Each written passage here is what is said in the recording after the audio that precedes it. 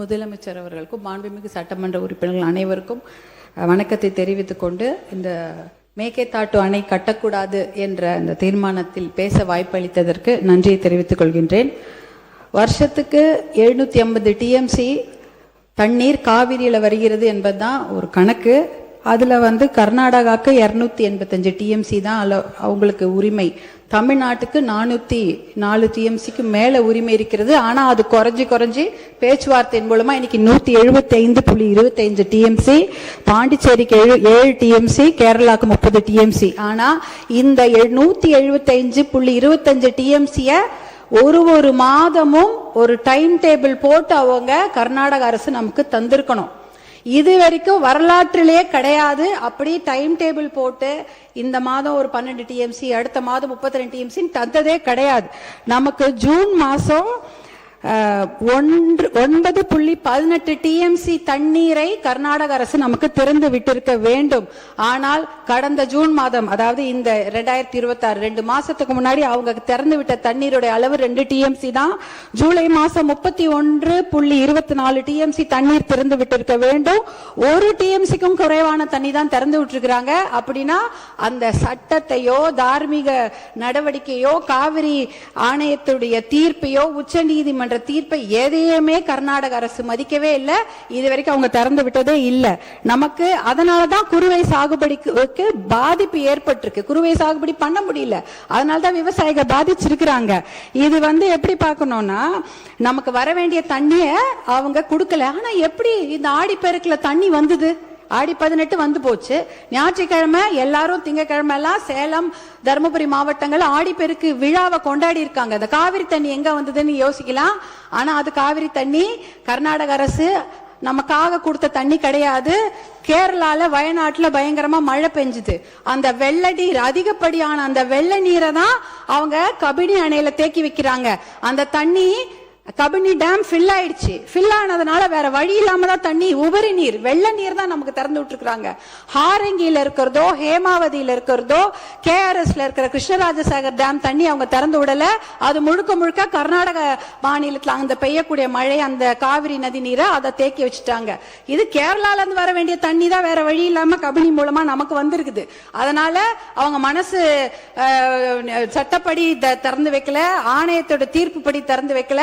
அவங்க தண்ணி அதிகமான வெள்ள நீர் அவங்க ஊர்ல வந்துடக்கூடாதுன்னு தான் திறந்து வச்சிருக்கிறாங்க.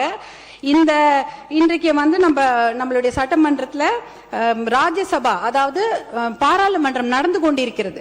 பாராளுமன்றம் நடந்து கொண்டிருக்கும் போது முக்கியமான 10 கேள்விகளை மருத்துவர் அன்புமணி ராமதாஸ் அவர்கள் இங்க மேலவே ராஜ்யசபால கேட்டிருக்கிறாரு. அந்த ஒரு கேள்விக்கு தான் அமைச்சர் பதில் சொல்லி இருக்கிறாங்க. முதல் மடை மாநிலம் கடைமடை மாநிலத்துக்கிடம் அனுமதி கேட்கணுமா, கேட்க கூடாதா, இல்ல கேட்டுட்டு இவங்க இந்த மேகேதாட்டு டேம் கட்டுறாங்களான்னு ஒரு கேள்வி எழுப்பியிருக்கிறாங்க. அப்பொழுதுதான் நாங்க அமைச்சர் பதில் சொல்லி இருக்கிறாரு. முதல் மடை மாநிலங்கள், அதாவது இந்த கடைமடை மாநிலங்களான தமிழ்நாடு போல மாநிலங்கள் கிட்ட முதல் மடை மாநிலங்கள் அனுமதி கோர தேவையில்லை என்ற ஒரு தகவலை டெல்லியில அந்த அமைச்சர் சொல்லி இருக்கிறாங்க. இந்த கேள்வியை கேட்டதே மருத்துவர் அன்புமணி அவர்கள் தான் ராஜ்யசபால. அடுத்த கேள்விக்கு அடுத்த நாள் இன்னொரு அமைச்சர் பதில் சொல்றாங்க. அந்த கேள்வி என்னன்னா, detail project report for Mekedatu dam, அதற்கு இந்த உச்ச நீதிமன்றமோ இல்ல பாராளுமன்றம் அனுமதி கொடுத்திருக்குதா, நீர்வளத்துறை அமைச்சர்கள் அனுமதி கொடுத்திருக்கிறார்களா அப்படி என்ற கேள்வியை மருத்துவர் அன்புமணி ராமதாஸ் அவர்கள் எழுப்புகிறார்கள். அந்த கேள்விக்கு தான் நீர்வளத்துறை அமைச்சர், மத்திய அரசு நீர்வளத்துறை இணையமைச்சர் பதில் சொல்லியிருக்கிறாரு. அப்படிப்பட்ட விரிவான தகவல் அறிக்கை டிபிஆருக்கு எந்த அனுமதியும் பாராளுமன்றம் தரவில்லை, அமைச்சகம் தரவில்லை என்ற பதிலை சொல்லியிருக்கிறாங்க.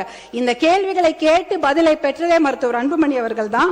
அப்படி இருக்கும்பொழுது அவருடைய சஜஷன் என்ன, அனைத்து கட்சி கூட்டத்தை கூட்டுங்க, ஒரு ஒற்றுமையான ஒரு நிலையை எடுத்துட்டு போய் நம்ம டெல்லியில போய் பார்க்கணும் என்ற அந்த சஜஷன் தான்.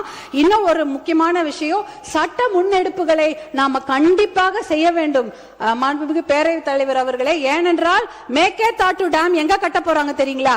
நம்ம தமிழ்நாடுல இருந்து 4 கிலோமீட்டர் தூரம். இந்த மத்த பிச்சை டேம்லாம் எங்கேயோ தள்ளி 200 கிலோமீட்டர் 300 கிலோமீட்டர் தூரத்துல இருக்குது. கர்நாடக அரசு proposed site for construction of Meketatu Dam is just 4 kilometers away from our state Tamil Nadu. 4 kilometre Krishnagiri Dharmapuri பார்டர்லயே 4 கிலோமீட்டர் கட்டுறாங்க. எதுக்கு கட்ட போறாங்க? ஒரு சொட்டு தண்ணி கூட தமிழ்நாட்டுக்கு வரக்கூடாது.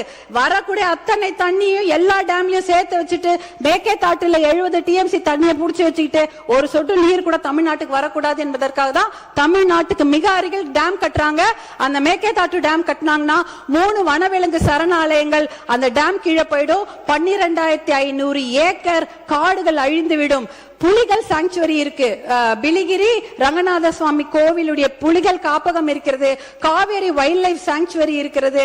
அதே சமயம் மாதேஸ்வரன் மலை சாங்சுவரி, அத்தனை வனவிலங்கு சரணாலயம். அதுல இருக்கக்கூடிய நீர்வேம்பு நீர் மருந்து மரங்கள் 700 வருஷம் பழமையான மரங்கள்லாம் தண்ணியில போயிடும். நீர் நாய், சாம்பல் நீர் ஆட்டர்ஸ், அப்புறம் மகாசீர்னு மயில் கண்ட மீனுங்க, 4 கொம்பு மானு எல்லாமே அழிஞ்சிரும். இதெல்லாம் அழிச்சிட்டு தான் மேகேதாட்டு டேம் கட்ட போறாங்க. சுற்றுச்சூழல் பாதிப்பு மிகப்பெரிய அளவில் இருக்கும். இதற்காக சுற்றுச்சூழல் கேஸ் நம்ம நிறைய போட்டு இந்த டேமை கட்ட விடாம நம்ம தடுத்தணும். 2 ஆப்ஷன் தான் தலைவர் அவர்களே.